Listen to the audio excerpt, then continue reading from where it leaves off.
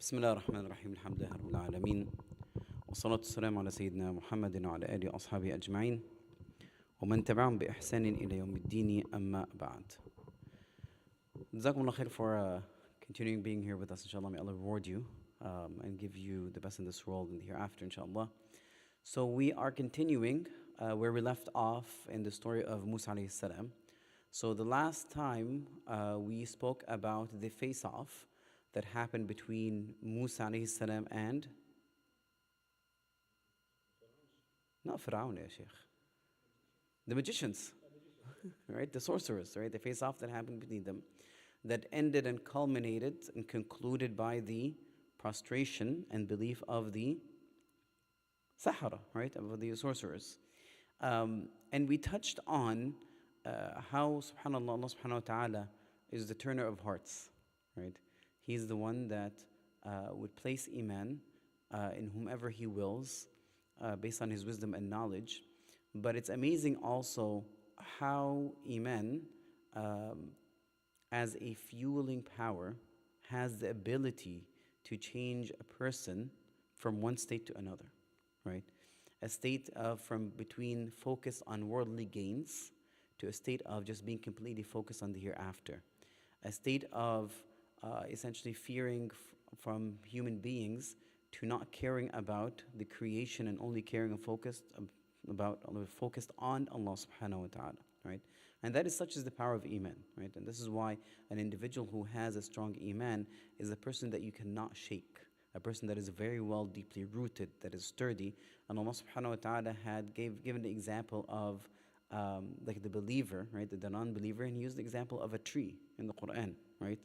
كَشَجَرَةٍ طَيِّبَةٍ, right? He said the example of the believer, right, is like a good tree, أصلها ثابت, that its roots are deeply rooted, وفرعها في السماء, and its branching are standing. And then He gave the example of of disbelief as a tree that is loosely tied to the ground, right? اجتثت ما لها من قرار, right? It's not stable, so anything can tip it over. So when a person has strong iman and belief, they're very well rooted, they're strong. Nothing shakes them, right, in this world. Not events, not other individuals, nothing, right? Because they're so focused and they believe in Allah subhanahu wa ta'ala. And so we're moving from that on to, we spoke about how Fir'aun had resorted to threatening the sorcerers, right? Because because they believed in Musa and Harun, and they became Muslims and prostrated. And we spoke about how he went about and he accused them essentially of treason. Does that make sense? Right. Now, does the Quran tell us, did Fir'aun fulfill his promise or threat? It doesn't, right? Does it? No, it doesn't. But Abdullah ibn Abbas, is reported that Abdullah ibn Abbas had mentioned, yes. لأقطعن أيديكم من خلاف لأقطعن أيديكم أرجلكم من خلاف ولأصلبنكم في جذوع النخل. So the threat of Fir'aun to the sorcerers, that he would crucify them. He would cut off their limbs from the right hand and the left feet, and then he would crucify them in the palm trees. The Quran did mention that it was a threat. It didn't mention that he fulfilled that threat or not. No, there was not. It was fulfilled or not fulfilled. No, that's what I'm asking. Was mentioned that it was fulfilled? That's the question. A threat was made. Was it executed? Yes, that's true. We don't know. But Abdullah ibn Abbas told us. That's what I'm saying, right? So Abdullah ibn Abbas mentioned that he did do that. And he did that publicly, essentially. So that everybody from the Coptics and Bani Israel would see them, right? And so Abdullah ibn Abbas even made a comment about them, right? Of how they, how they woke up as magicians and sorcerers, and in the evening they became martyrs, right? They woke up in one state and then they slept in one state.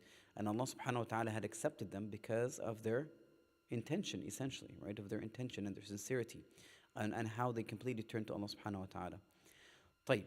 And so when Fir'aun had killed these sorcerers, right? So essentially the scene that you want to understand over here is that there was a challenge that happened, sorcerers lost, an accusation happened, and they were killed.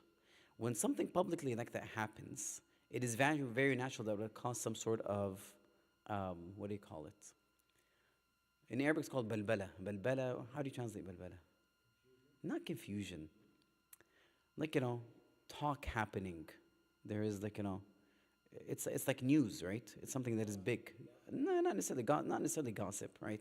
But things like, it's an event, like an event that's gonna cause some sort of turbulence to some extent in the community, right? A bit of a turbulence in talk and like, all these things, right? Because essentially Fir'aun lost, right? Fir'aun had lost, and the magicians were killed. Now the question is, why didn't Fir'aun kill Musa instead?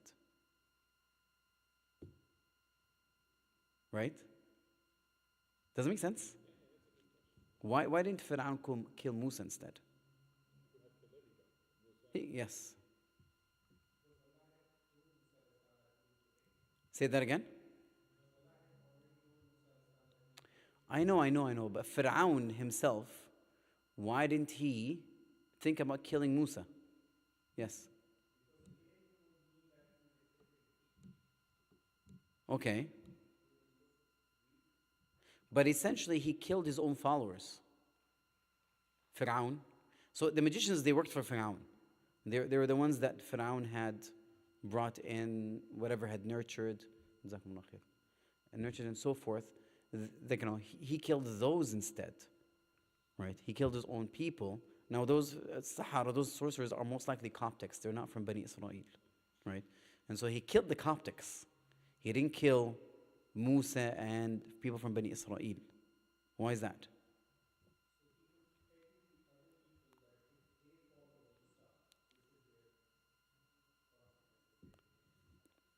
طيب. Yes and no. This is why he publicly crucified the sorceress, to put fear into people, right? Essentially. But he could have done the same thing by killing Musa. In fact, it would have been smarter to kill Musa.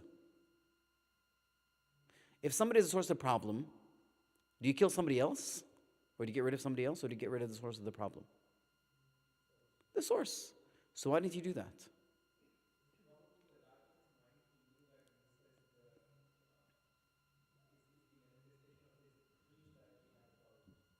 So I'd want to get rid of that.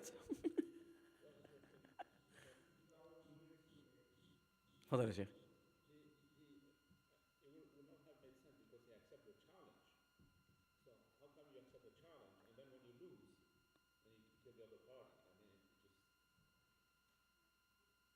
So I killed the ones that I brought?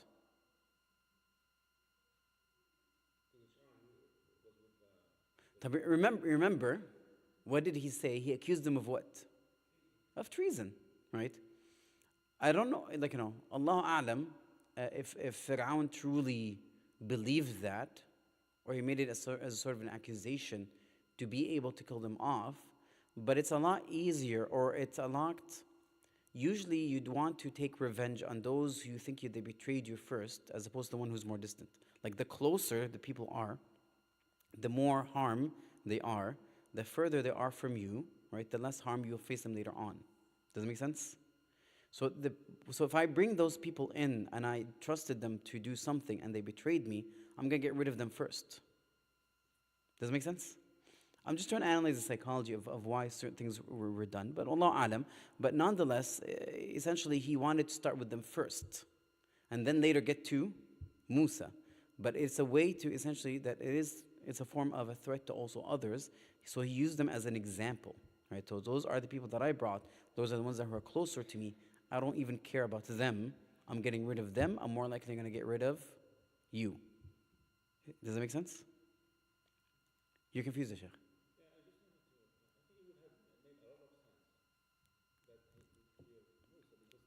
Yeah, that's what I'm saying. Yes, but he didn't kill them. He killed the other ones first, right? But we can look at it in another way, right? So we're going to get to that, right? Um, we're going to get to that in a little bit. Maybe perhaps why he didn't kill Musa, right? It gets worse later on, right? Wallah alam, gets worse later on. But when we're looking at what was I going to say? I forgot my train of thought. But anyway, so essentially perhaps he wanted to make an example of them as a source of a threat to others. Now, as this turbulence starting to happen, like this is some sort of a disturbance, of a tension that's happening in the community, and anything that usually, any sort of stress or any sort of harm or any sort of calamity that happens, you tend to find two types of people, right? Or generally there's two, like, whenever there's some sort of something that's happening, right? You tend to have two types of people, right? Those who are harmed and those who benefit, right? Those who are harmed from the event and those who benefit from the event. Is that right? Right. The ones who are harmed by the event, if they're harmed because they're losing some sort of benefits, right? Losing some sort of benefits, they tend to react in an interesting way, right? They want to obviously get rid of that event that is harming them because they're losing their benefits, and they want to bring back the status quo. Does it make sense? The reason I'm bringing this is I'm going to mention something that the scholars tend to mention. They said if what gathers us is our principles, is what gathers together is our principles, we become strong. But if what gathers us is our mutual benefit or interest, then we become weak. Why is that? Because the minute our mutual interests conflict, what's going to happen? What are we going to do? Yeah, we're going to essentially eat at each other, right? We're going to take out one another. We might betray one another. And so when we gather together, right, if it's principles that bring us together, if it's iman in Allah subhanahu wa ta'ala, it is everything for Allah subhanahu wa ta'ala. If it's Islam that brings us together, that's the principle, we're strong. Nothing shakes us, right? But once again, if it is our interests or benefit that brings us together, the minute that benefit is fulfilled or no longer exists, we're done. It's easy to break us. Is that right? Allahu Akbar. Good, exactly. So the reason I'm bringing this up because after the events that happened, and the da'wah of Musa alayhi salam was starting to spread. After this event happened, obviously now what it seems like Musa has won. Whether there's an accusation that this was a plot, whatever the case, but Musa has won.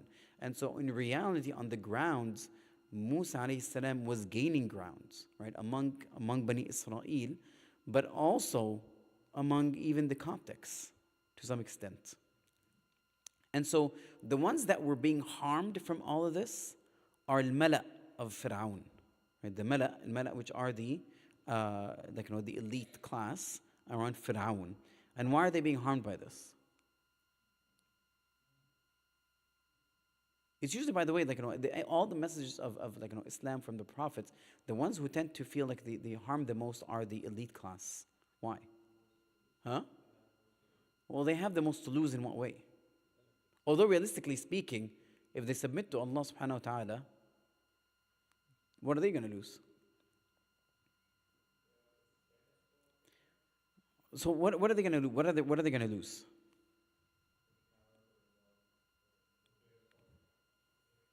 So right now, exactly, their power essentially, because now they have the power. They order, they do things. But if they believe in Musa, then who has the reins now? Musa alayhi salam, and the orders come from Allah, right? They no longer have the ability to do whatever they want. If their livelihood is based on oppression, then they lose that. If they're able to do certain things because they're doing things that are wrong, they're no longer capable of doing that, okay? And so they're no longer able to do whatever they want. And so what they wanted to do, because of this now with the spread of Musa alayhi salam's call, is going against their like as I said, their masalih, their benefits, right? What's going to benefit them. And so what did they start doing? They started talking to Fir'aun because they want to correct us. And so Allah subhanahu wa ta'ala mentioned, He said, وَقَالَ الْمَلَأُ مِنْ قَوْمِ فِرْعَوْنَ أَتَذَرُ مُوسَى وَقَوْمَهُ لِيُفْسِدُوا فِي الْأَرْضِ وَيَذَرُوكَ وَآلِهَتَكَ قال سنقتل أبناءهم ونستحيي نساءهم وإن فوقهم قاهرون. Right? And so they went to Fir'aun, right? And what they did was they actually started making an accusation, right? They started to rally to convince Fir'aun, like to almost entice him, like we got to do something about this, right? And so that elite class, the eminence among the people of Fir'aun, they said, are you going to leave Musa, أتذر موسى, like, and وقومه, are going to leave Musa and his people? What are they going to use? They're going to cause corruption. يفسدون في الأرض, right? They're going to cause this corruption in the land, and they're going to abandon you and your gods. So what did they just do over here? Why is Musa the corrupter? Because he's corrupting their benefit, right? He's corrupting their benefit, essentially. The corruption is meaning their view of corruption is my inability to get my benefit. Is that understood? And the one who's going to establish their benefit is Fir'aun. Does it make sense? Which means now, in their point of view, al-muslih wal-mufsid is based on what? The corruptor and the one who is going to bring good change, right? He's going to fix things. The fixer and the corruptor, what's it based on? What benefits me? Does it make sense? So, ya Sheikh, if you are going to benefit me, mashallah, muslih, right? And if you're going to cause me some sort of, like, loss, I'm like, astaghfirullah, what's going on over here? This guy's such a bad influence, right? Even though it's the same thing. If you say, yeah, Dr. Ahmed, let's give sadaqat to, I don't know. Where do you want me to give charity, Sheikh? Give me a name quickly. Okay, give me sadaqat to who? To the masjid, yalla, right? Give sadaqah to the masjid, Dr. Ahmed, right? Okay. Now, if it's not going to benefit me, right, I'm going to be like, Sheikh, what are you talking about? Yeah, this masjid has a lot of money, right? Why should I, poor me? You're going to make me lose my money, go somewhere else, right? You're actually trying to probably pocket it yourself, right? I'm going to accuse him of that, being corrupt, okay? Because he's a corrupter. Like, if he says, Dr. Ahmed, if he says something else, right, that's going to bring me some sort of financial gain, he's the same person, the same thing he calls to. But what I decide he is not based on the reality, it's based on what? Good. And if my interests are the balance, then all of a sudden Fir'aun becomes a good person. And Musa becomes a bad person. See how things get twisted? Right? Things get twisted based on that. And so this is kind of interesting in the discussion that they had, right? So what they did was they accused Musa alayhi salam of being a corrupter, of being somebody who's evil, right? But what is the tool, what is the scale that they use? That's the reality of things. When we want to judge something, what is our system to evaluate that? Is it subjective based on our needs, or is it objective from Allah subhanahu wa ta'ala? That's what's important. Because otherwise, the reality is going to be flipped upside down. But also that same person who's one day a corrupter, the second day he's going to be a good person. Depends on your own desires. But over here is an example of that, right? And so if you look at what their scale is by which they determine that, it is what benefits them. Right? And this is why now Fir'aun is the best person. He's the role model. He's the good. He's the one that established things. How can you let this corruption happen? We got to do something about this. Right? We got to. Yes.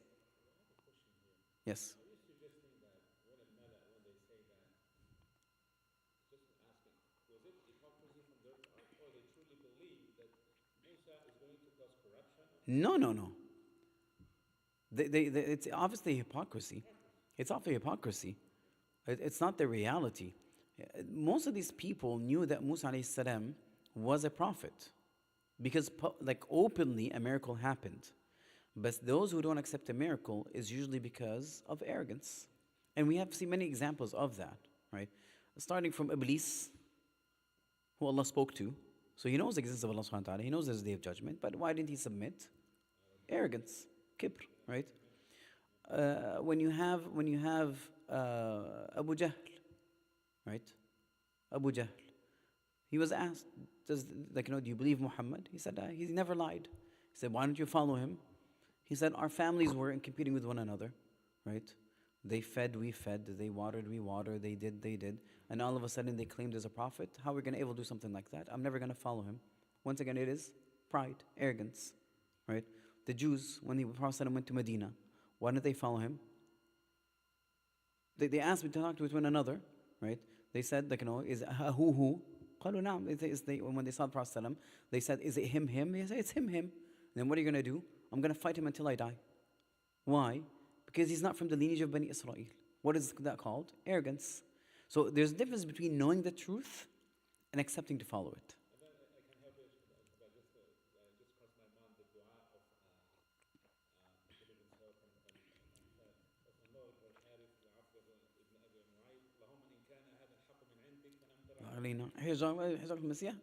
Sometimes it gets to the arrogance that that they make a dua upon themselves, right? طيب. And so over here then Fir'aun, based on that, what did he say? سنقتل أبناءهم ونستحيي نساءهم, right? We're going to kill their boys, right?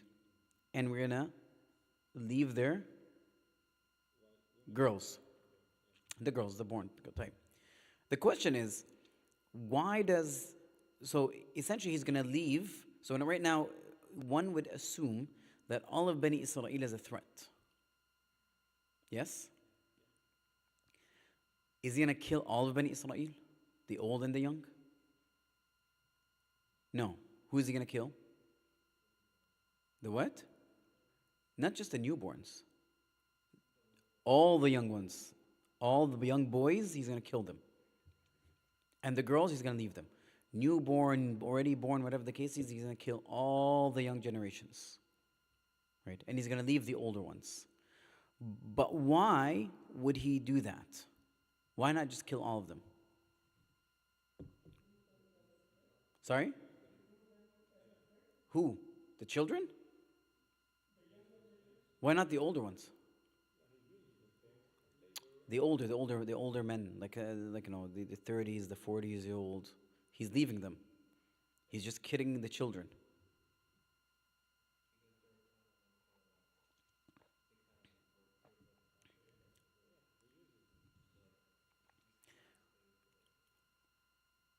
I know, but you'd assume if they exist, they're going to be a threat, though, right? Because remember, now Musa is gaining ground, right? He has followers. Why the young? What's the point of the young? Why we get rid of the young generations? Say that again. Oh, so the young ones can't fight being killed off? That's a good guess. طيب. Any change that happens in a society, any hope for any change, who does that change? The youth, okay? So, if he leaves off those generation, the children, to be raised by Musa alayhi salam, what's going to happen in the future? It's a huge threat. Change happens mostly from the youth. The older generation, right, especially the ones who crossed the 40 years old, that generation of Bani Israel got raised by being humiliated.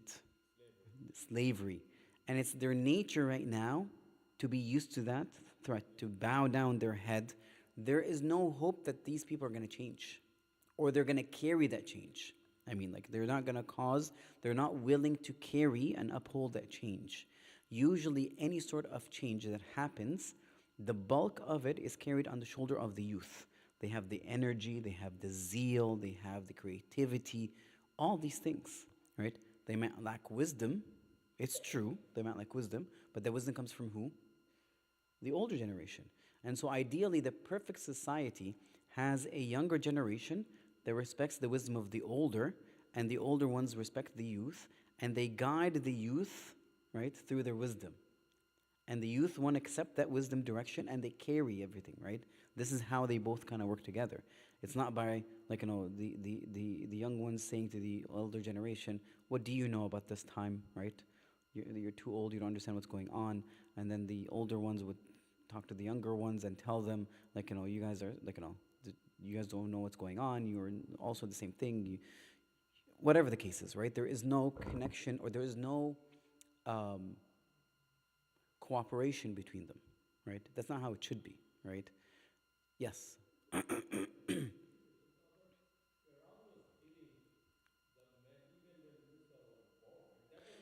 So that one, he was just killing off the babies, but he would also leave 1 year,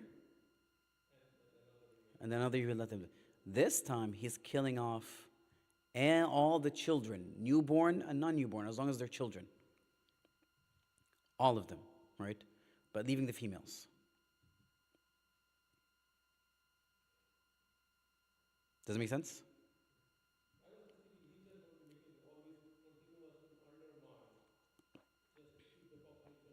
No, it's not just keeping population. He's eliminating them now.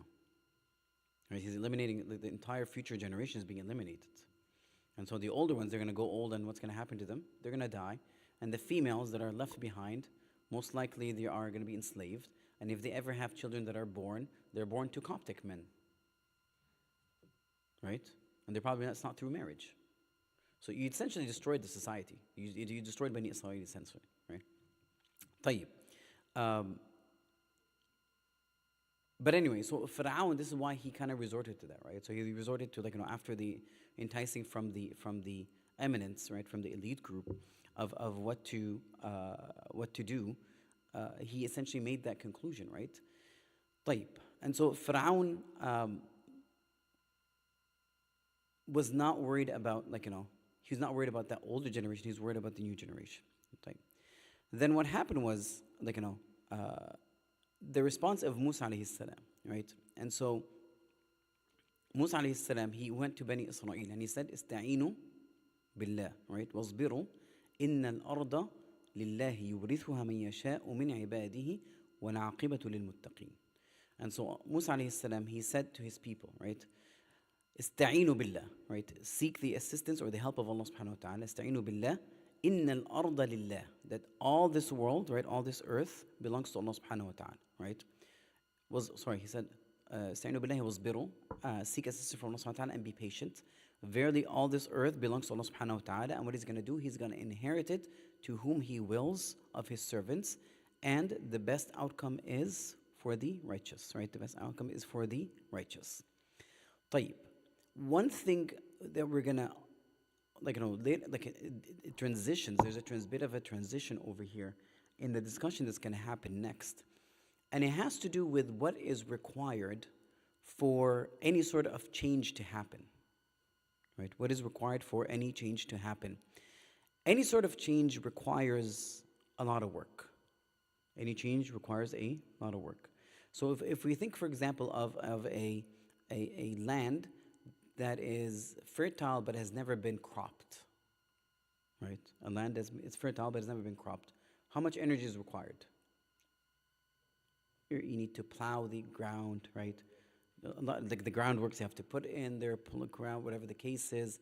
The seed has to happen, and then the whatever you're going to use in terms of nutrients for it.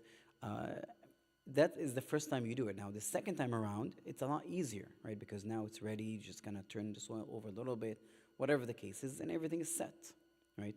But any sort of change requires a lot of effort, right? They say, blood and sweat goes into it, blood, sweat, and tears. Anything like that happens.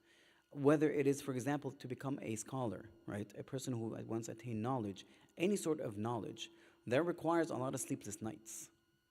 Right? Nobody comes an expert in a field by, mashallah, having 8 to 10 hours of sleep every night, right?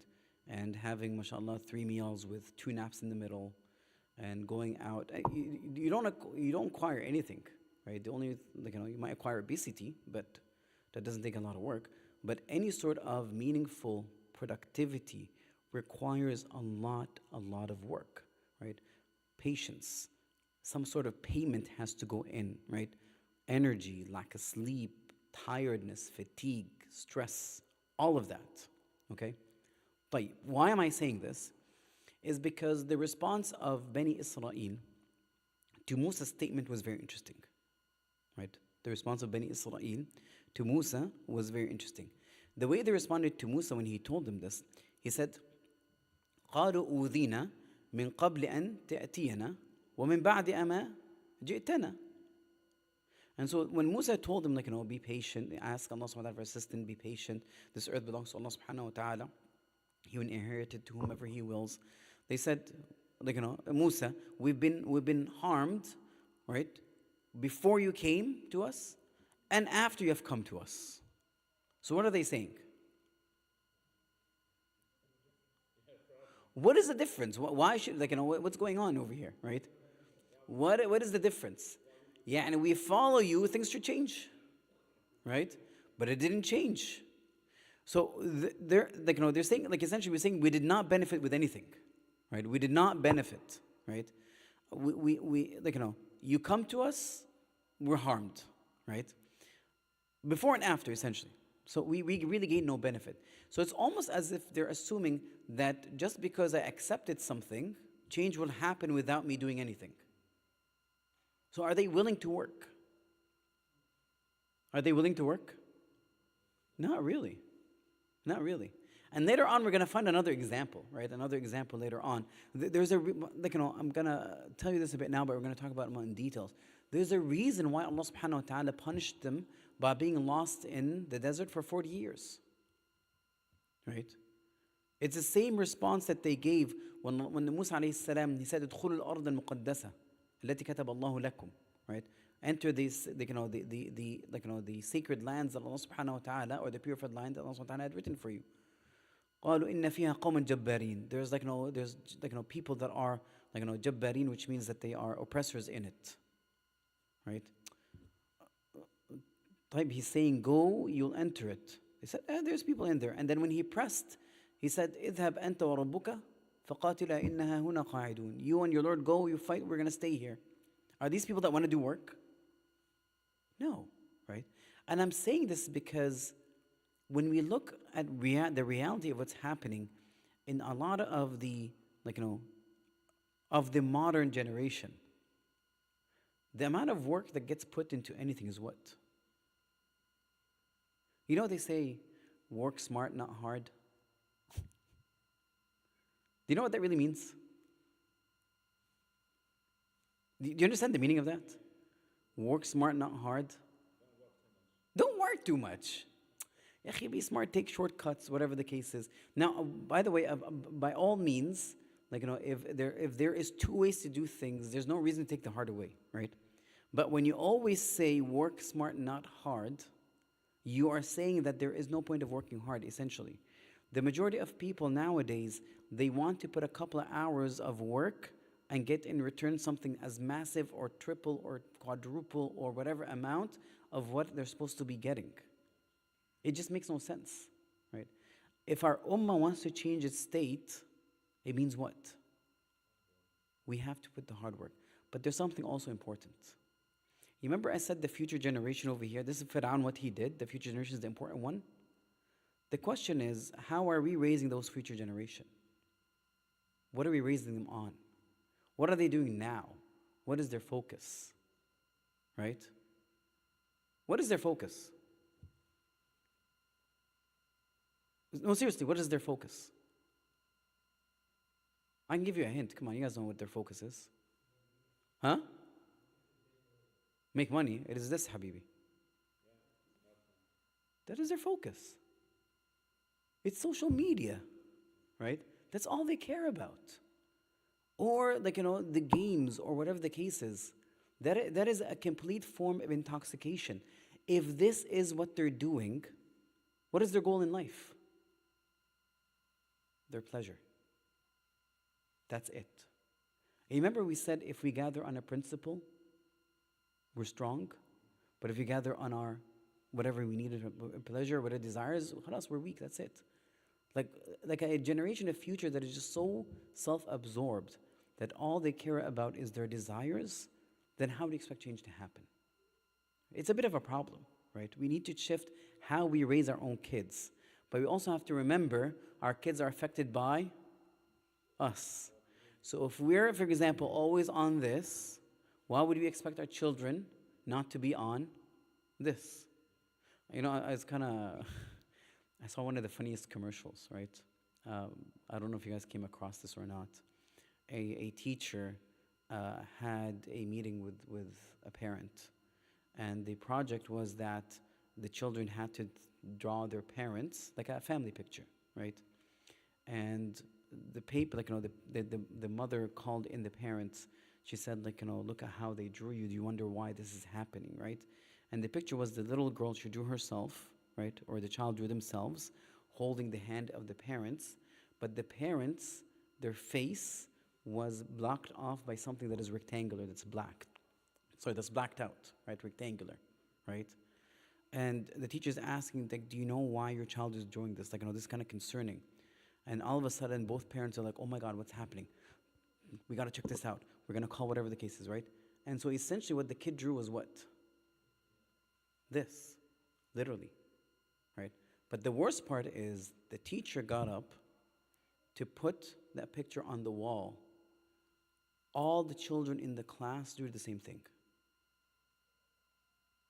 This tells you of a pandemic that we're facing, that sometimes what our children are facing or what there's happening to them essentially is coming from our homes, the parents themselves, right? Anyway, that's a bit of a diverging from what I wanted to mention, but it just happened. But subhanAllah, like, we need to make sure that if we want things to change, we're willing to put in the hard work associated with it. Allah subhanahu wa ta'ala created this world based on laws, right? It's only after we exhausted our ability and worked by those laws that the assistance of Allah subhanahu wa ta'ala comes in. The victory of Allah subhanahu wa ta'ala comes in. Until then, it's not going to happen. Until then, it's wishful thinking, right? It's very easy to, there's a difference between having a dream and wishful thinking, okay? Having a dream, this is what I want, I'm setting goals, I'm going to it. I know the work I have to put in, I'm doing the work. Wishful thinking is just like, oh yeah, I wish I could do this. Like, what if I had a car or a big house? And you're sitting there just doing nothing. Like, you're sitting there for 3 hours, make full wishful thinking, and after you're done, you go grab a meal and sit down in front of a TV. Is your future, whatever that thing is going to happen? No, it's not going to happen, right? And so one thing we have to make sure is that we need to put in the work that we have to do, right? Musa alayhi salam, in response to what they said, he said, عَسَى رَبُّكُمْ أَن يُهْلِكَ عَدُوَّكُمْ وَيَسْتَخْلِفْكُمْ فِي الْأَرْضِ فَيَنْظُرُ كَيْفَ تَعْمَلُونَ. And so Allah subhanahu wa ta'ala said that Musa alayhi salam, he said, perhaps your Lord will destroy your enemy and grant you succession in the land and see how you will do, right? So Allah subhanahu wa ta'ala will look at what you will do. Still, after you get established, what are you going to do? Yes.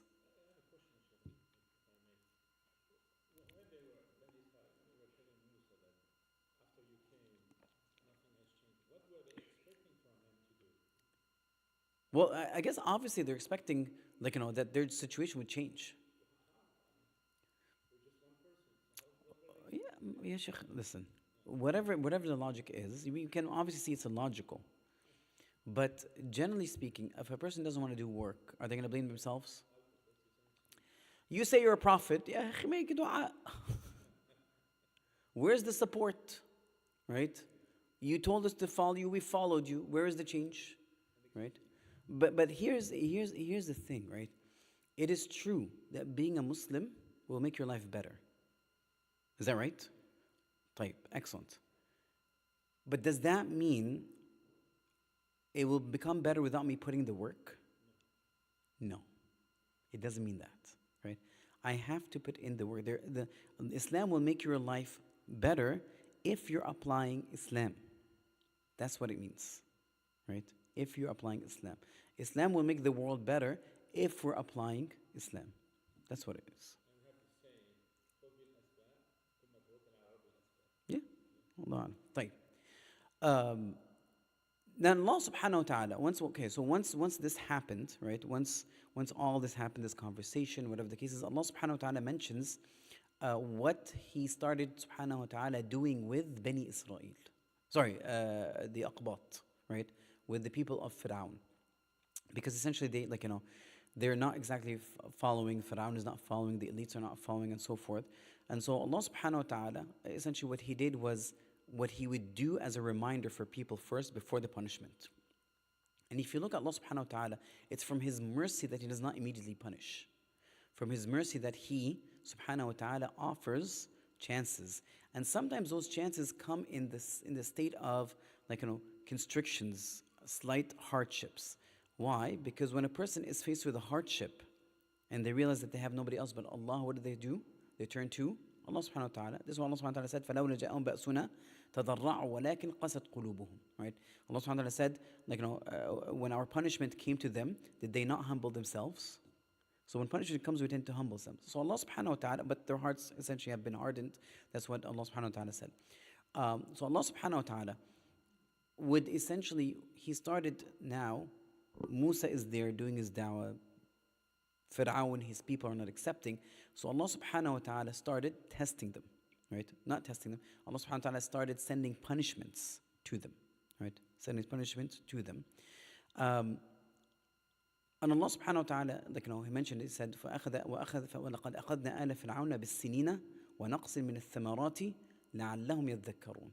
Allah subhanahu wa ta'ala said, and we certainly seized the people, these people of Fir'aun with years of بالسنين. Sinin is drought, right? A sinin is drought, which would result in famine, essentially, right? And so years of famine and deficiency in fruit, وَنَقْصٍ مِّنَ الثَّمَرَاتِ, deficiency in fruit, that perhaps that they would be reminded. And so essentially when they refused to follow Musa alayhi salam, Allah subhanahu wa ta'ala started punishing them by making the bounties that were in Egypt. Like Egypt was known to have, obviously there's the Nile, there's a very fertile lands, there's with fertile lands, there's people, there's animals, and so forth. And so they started having a reduction in that. When there is no rainfall and there is no crops, or a reduction in crops, when there is a reduction, what happens to prices? They go up, right? And that is a form of difficulty, right? And so it's economic difficulty also, right? So there's certain difficulties that befell the Al Fir'aun, the Aqbat. And Allah subhanahu wa ta'ala interestingly mentioned how they reacted to these things, right? So instead of it being a reminder to them so that they would return to Allah subhanahu wa ta'ala, they reacted in a very interesting way. Right? Allah subhanahu wa ta'ala said, فَإِذَا جَاءَتْهُمُ الْحَسَنَةُ قَالُوا لَنَا هَذِهِ وَإِن تُصِبْهُمْ سَيِّئَةٌ يَطَّيَّرُوا بِمُوسَى وَمَنْ مَعَهُ. Right? And so Allah subhanahu wa ta'ala said, when good things, or in terms of provision, come to them, they say, this is ours by right. This is ours. And if bad conditions happen, right? If bad conditions struck, then they see it's an evil omen from Musa and his people. It's kind of interesting. It's a very weird argument. Anything good is because we deserve it. Anything bad is because it's from you. And by the way, this is a continuous way of thinking that's used with all the prophets. Okay, and so Musa alayhi salam became the source of bad omens, not good omens, bad omens, right? They say we've never seen anything good from you, right? We always see all evil from you, right? And so when تصبهم سيئة يطيروا بموسى ومن معه. Allah subhanahu wa ta'ala responded, He said, أَلَّا إِنَّ طَائِرَهُمْ عِنْدَ اللَّهِ وَلَكِنَّ أَكْثَرَهُمْ لَا يَعْلَمُونَ. So Allah subhanahu wa ta'ala said in these verses, He said, unquestionably their fortune is with Allah, but most of them don't know. So it's not Musa, it is Allah subhanahu wa ta'ala, right? Musa alayhi salam warned them of hardships that are going to happen, right? He said, we obey Allah subhanahu wa ta'ala, or hardships are going to happen, right? Famine is going to happen, or drought is going to happen. But also the response even got worse from the Aqbat. They said, وَقَالُوا مَهْمَا تَأْتِينَ بِهِ مِنْ آيَةٍ لِتَسْحَرَنَا بِهَا فَمَا نَحْنُ لَكَ بِمُؤْمِنِينَ. So they said, and no matter what kind of signs you bring to bewitch us with, right? To bewitch us with, we will not believe in you. And so now, they're closing that door, right? They're closing that door. So at first it was a reduction, right? A reduction in terms of like, crops, whatever the case is. That was it, just a reduction of things, like, a bit of a slight famine, put it that way, right? Now, once this happened, what Allah subhanahu wa ta'ala said? Allah subhanahu wa ta'ala, فَأَرْسَلْنَا عَلَيْهِمُ الطُّوفَانَ وَالْجَرَادَ وَالْقُمَّلَ وَالضَّفَادِعَ وَالدَّمَ آيَاتٍ, right? آيات مفصلات فاستكبروا وكانوا قوما مجرمين. So Allah subhanahu wa ta'ala sent 5 things, and the scholar, like, and Allah subhanahu wa ta'ala said, like, every sign is bigger than one before it. So it started with a slight famine, but then Allah subhanahu wa ta'ala sent, فَأَرْسَلْنَا عَلَيْهِمُ الطُّوفَانَ, Allah subhanahu wa ta'ala said, we sent upon them flood. So they went from drought to extremes, right, to flood. So Allah subhanahu wa ta'ala sent upon them a flood. وَالْجَرَاد, jarad is locusts, right? وَالْقُمَّل is, what is qummal? We're going to get to that type of insect, right? وَالضَّفَادِعَ, frogs. وَالدَّم, dam is blood. Ayat, those are signs, direct signs, but they were arrogant and were essentially criminal people, right? قَوْمٌ مُجْرِمِينَ. Each one of those, you'd think that they would, like, each one of those punishment, by the way, the one that comes after is worse than the other one. You'd think that you turn back to Allah subhanahu wa ta'ala. And let me tell you why they would turn back. Because, for example, Allah subhanahu wa ta'ala sent the flood upon them, right? So after going from drought, it went to flood. Their crops would be flooded, right? The crops of Bani Israel, because they owned the farms, not Bani Israel, sorry, the Coptics, because they owned the land, right? And it will flood into their houses. However, when it came to the houses of Bani Israel, the area that they lived in, it didn't flood their area. Right? That should be a bit bizarre, don't you think? Like, if there's a flood, everybody should be affected by the flood, right? But Bani Israel were not affected by the flood. It was the Coptics that were affected by the flood. Okay. And then when it came to the locusts, right? The locusts essentially, after the flood, if there's any sort of crops left, the locusts came in and finished everything off, right? It would enter the homes of the Coptics, but it would not enter the homes of Bani Israel, right? Like, even whatever is left over, like if Bani Israel, like the people of Bani Israel had some sort of, like, plants or whatever the case is, it would never touch their plants. It would touch the plants and crops of the Aqbat. It would enter the homes of the Aqbat, not the people of Bani Israel. And then there's Al-Qummal. Al-Qummal, there's a difference of opinion between the scholars regarding what Al-Qummal is, but they're all opinionated regarding some sort of an insect, right?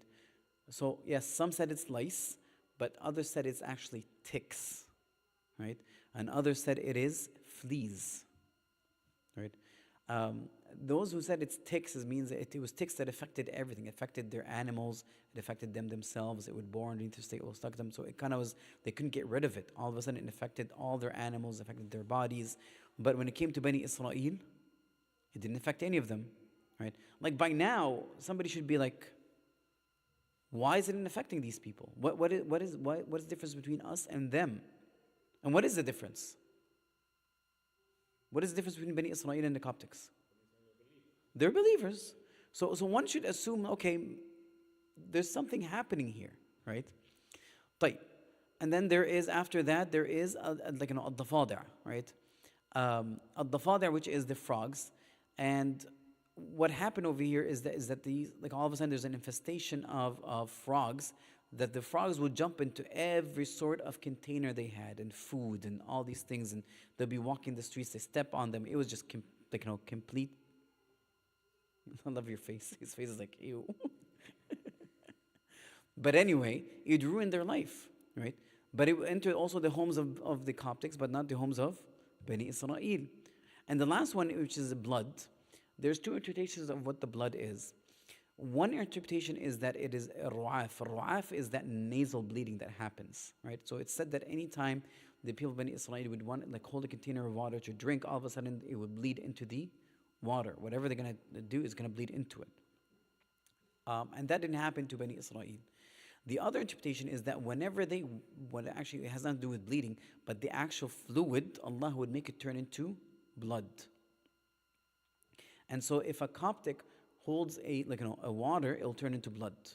A person from Bani Israel holds it, it turns into water, right? Now those are like clear signs. Subhanallah. Type. Did they turn to Allah subhanahu wa ta'ala? No, they didn't turn to Allah subhanahu wa ta'ala, right? Essentially, what time is it? Type. Essentially, they didn't stop. And so Allah subhanahu wa ta'ala sent something after that as more of a punishment, right? So because then we say that because Allah subhanahu wa ta'ala said, وَلَمَّا وَقَعَ عَلَيْهِمْ الرِّجْسَ, right? And so all these things happened. Allah subhanahu wa ta'ala said, فَأَكْسَنَ عَلَيْهِمُ الطُّوفَانَ وَالْجَرَادَ وَالْقُمَّلَ وَالضَّفَادِعَ وَدَمَ وَآيَاتٍ مُفَصَّلَاتٍ فَاسْتَكْبَرُوا وَكَانُوا قَوْمًا مُجْرِمِينَ. Did they go to Musa for help? Did they believe? No, the next verse, وَلَمَّا وَقَعَ عَلَيْهِمُ الرِّجْسَ قَالُوا يَا مُوسَى ادْعُ لَنَا رَبَّكَ. Which means that after these punishments happened, they didn't believe. There was something that was even greater that befell them, right? And the rijs over here, so Allah subhanahu wa ta'ala said, right, when the punishment descended upon them. But what is this punishment? Rijs over here is another name, by the way, for plague. So now they're affected by a plague. So let's look at this. Drought, then flood, then insects, frogs, what else? Blood. I'm missing one. Locusts, thank you. Locusts, right? And then after that, obviously, they're not in a good shape, and then a plague hits. That's it, right? A plague hits. And this is when, after, this is khalas, that's it. This is was the final straw for them. And it was very difficult for them. Once again, it did not affect Bani Israel. It affected the Aqbat, right? So what did they say? قالوا يا موسى ادع لنا ربك. They said, oh Musa, invoke your Lord, our Lord. طيب. So they resorted to Musa to make dua to elevate the punishment that they had. Now who went to him? Who went to Musa alayhi salam? Who's asking Musa? Just the regular Aqbat? Al-Mala. طيب. Would the Mala do anything without the permission of Pharaoh? No. So who really sent them? It was Pharaoh that sent them, right? Pharaoh sent them to ask Musa to make dua. طيب. Sorry? The elites, yeah. The elites went and asked, so Pharaoh asked the elites to go ask Musa, right? He does not want, so it's also the way it's is used is kind of interesting. Ud'u lana rabbak. Your Lord, not our Lord, not the Lord of the universe. Your Lord, right? Now, so when they asked Musa alayhi salam to call his Lord, is that an admission from them that they believe in Allah subhanahu wa ta'ala? Why not? Why not? Because they're polytheists, right? They believe in the possibility of multiple gods. I asked my God, it didn't work. Maybe your God will be able to do it, right? Which makes no sense, but anyway, this is probably what the case is. Right? Yes.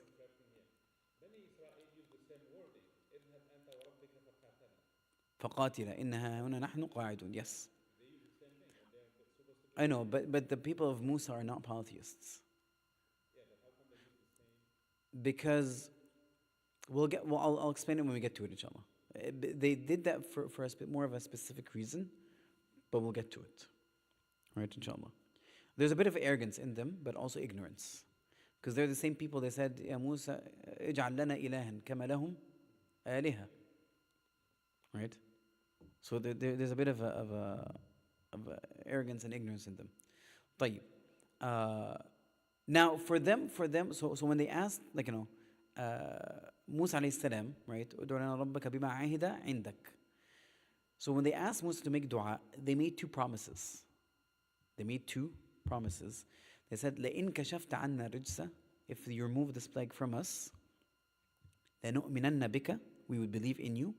وَلَنُرْسِلَنَّ مَعَكَ بَنِي إِسْرَائِيل, we will send with you Bani Israel. طيب. Allah subhanahu wa ta'ala still continues to have mercy on the Akhbat. So what did Musa do? He made dua. What did Allah do? He elevated it. He elevated it. Allah is giving them a chance, right? But what did they do? إِذْ هُمْ يَنْكُثُونَ, right? Then once they broke their word, that's it. They just went back on their word, right? Which means that they went back and started fighting Musa alayhi salam, right? So this essentially is a nation that it doesn't like, giving them evidences is not working. Like clear evidence, miracles is not working. Sending them punishments one after the other, light punishment doesn't remove them, is not working. Having mercy on them and elevating it is not working. What is left? What is left? Annihilation. That's the only thing left. Those are people that are not going to listen, right? Wallahu a'lam. Like, I think we should stop here, inshallah, if you guys don't mind, because I want to go into the entire conversation of Musa, Fir'aun, what he did with Musa, how he carried that conversation later on. But we'll stop here, inshallah. If you guys have any questions, we'll take it. Yes.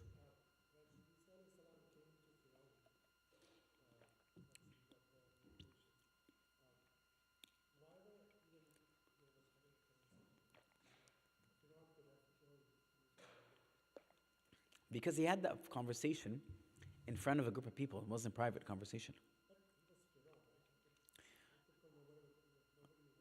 That is true, right? But you probably missed the class. You weren't here. Okay. So remember what we said? I asked that question. Why didn't he kill him on the spot? Do you guys remember what we said about this or not? He was admitting defeat.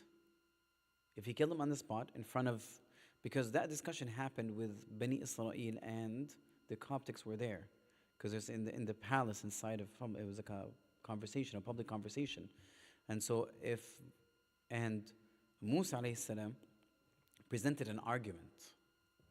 If he would have killed him right away, essentially I would admit defeat. He would admit defeat. And Fir'aun had enough pride and arrogance not to let that happen. And he wanted to show himself as the person who's more intellectual, the person who can argue, and so he engaged in that conversation. Wallahu a'lam. Yes. Of who? I can't hear you. Asiya? It's not. We're going to get to it, inshallah. It's not there yet. That's later on. That's going to come later on, inshallah. That's a bit later. Once we're going to talk about mu'min ali Fir'aun, right? Essentially we're going to talk about Iman entering the palace of Fir'aun, right? So we're going to move through things in terms of slowly. So we're going to talk about the conversation between Fir'aun and with Musa, and then the decision to execute Musa, and how there's the mu'min of Ali Fir'aun, and how Iman had crept into the palace of Musa, Fir'aun, and that's when we're going to talk about the story of the mashita, the combing of the daughter, the one that brushes the hair of the daughter of Fir'aun and Asiya herself. That's coming, inshallah.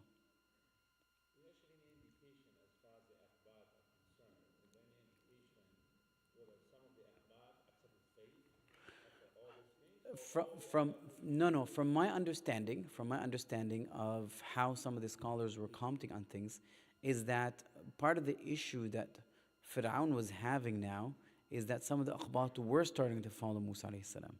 Like he's actually gaining ground with the public. Right? He's gaining ground. And so he's gaining strength and popularity. So he can't just walk in there and do something. Musa has support now, to some extent. Hold on. But that would assume that at some point Fir'aun would think of getting rid of Musa. Yes, and he does. And he does think about that. We're going to talk about it next week, inshallah. جزاكم الله خير. سبحانك اللهم وبحمدك، أشهد أن لا إله إلا أنت، أستغفرك وأتوب إليك. اللهم إنا نسألك الهدى والتقى والعفاف والغنى. اللهم ربنا آتنا في الدنيا حسنة وفي الآخرة حسنة وقنا عذاب النار. اللهم لا تجعل بيننا اللهم لا تجعل لنا ذنبا إلا غفرته. اللهم لا تجعل بيننا اللهم تجعل لنا ذنبا إلا غفرته. اللهم اجعلنا من المرحومين وارحمنا برحمتك أرحم الراحمين. اللهم انصر إخواننا المستضعفين في كل مكان. اللهم ارزق إخواننا في سوريا أمر الرشد. اللهم انصر إخواننا المستضعفين في فلسطين وفي السودان يا أرحم الراحمين. وآخر دعوانا الحمد لله رب العالمين، وصلى الله وسلم على سيدنا محمد وعلى